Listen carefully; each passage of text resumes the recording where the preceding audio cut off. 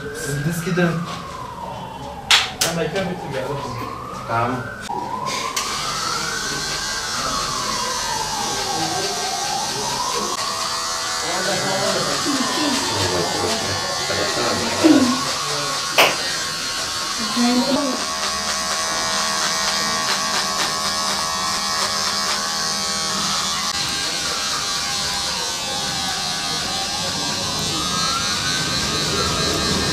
Bayram yoğunluğu nedeniyle geç saatlere kadar çalışıyoruz. İnsanlar mağdur olmasın diye sabahlıyoruz. İnsanlara son ricam bayramın son gününe bırakmayın tıraşlarınızı. İşte bir gün Arife'nin son günüdür. Bayram alışverişimizi de yaptık. Tıraşımızda oluyoruz. Allah nasip ederse mezarlıklarımıza gideceğiz. Dualarımızı okuyacağız ölülerimize. Ondan sonra bayramımızı kutlayacağız. Bugün tabii Arife'nin son günü de biraz yoğunluktur. Bak tıraşta geldik, arkadaşımız da tıraş yapıyor. Yoğunluktur, sıra da yok. Şekerimizi falan aldık. Nasip ederse bayramımızı güzel bir şekilde geçirmeyi umut ediyoruz. Bütün İslam aleminin Kurban Bayramı'nı kutlarım, mübarek olsun.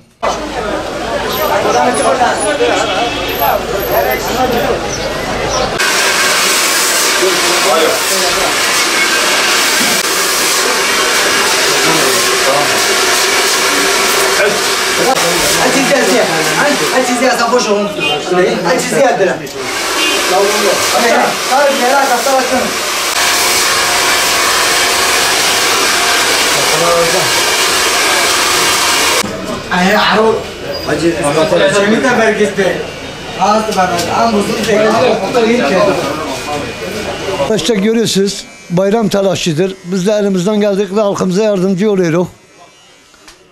3 gündür evimize dahi gitmemişiz. Biz de bayrama bilirsiniz yani sevgi saygı farklıdır. Çok şükür iyi bir bayram telaşı var. İyi de gidiyor. Şimdiden bize bu dükkanın çalışanları olarak tüm halkımızın Kurban Bayramı'nı en içten dileklerimizden kutluyoruz. Geçmişten beri böyle bizim bu bayram telaşlarımız Allah'a çok şükür çok da güzel geçiyor. Cenab-ı Allah'ın verdiği bize 2 tane güzel bayramımız var. Bir Ramazan bayramı, bir Kurban bayramı. Kurban bayramı olduğu zaman bizim memlekette Kurban bayramını güzel bir saygıyla, edeple saygıyla beklerler. İnsanlar telaşlarını, çocuklarının giyimlerini arırlar. Her şeylerini hazırlarlar, tıraş mıraşlarını olurlar. Allah'ın verdiği en güzel bayramını kutlamaya başlarız. Ve bütün Müslüman alemlerin ve Bitlis halkının bayramını kutlarız.